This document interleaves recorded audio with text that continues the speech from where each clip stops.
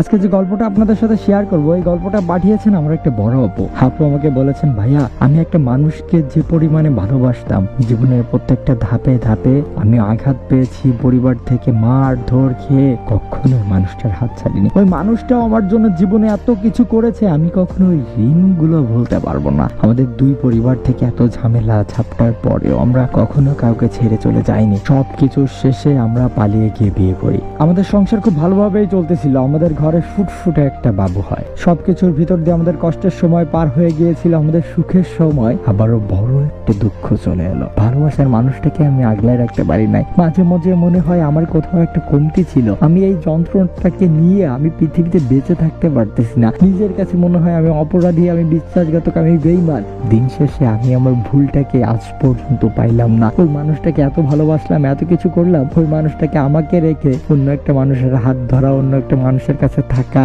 রাত বেরাতে বাড়ি ফেরা, আমার প্রতি তার অনীহা চলে আসা, আমার সন্তানের প্রতি তার অনীহা চলে আসা, সবকিছু দিয়ে রাত বেরাতে আমাকে বারবার মারধর করা, কিছু জিজ্ঞাসা করলে মারধর করা, অধিকার থেকে বঞ্চিত হয়ে যায়। একটা সময় মনে হচ্ছিল আমি মনে হয় এই বাড়িতে কোন একটা কাজের মহিলার মতো আছি। আমাদের প্রত্যেকদিন অত্যাচার অত্যাচার অত্যাচার। আমি একটা সময় সহ্য করতে না পেরে নিজের বাপের বাড়িতে চলে আসি। আমার কাছে আর কোনো অপশন ছিল না। তাই আমি সবাইকে একটা মেসেজ দিতে চাই, পৃথিবীতে ভালোবাসার মানুষের প্রতি এতটা অন্ধ হয়ে পড়বেন না যে তাকে অন্ধের মতো বিশ্বাস করে নিজেকেই হারাতে হবে। পৃথিবীতে ভালোবাসার মানুষ থাকবে, সবকিছু থাকবে, কিন্তু নিজের জীবনের চাইতে পৃথিবীর কোনো কিছু মূল্য নয়।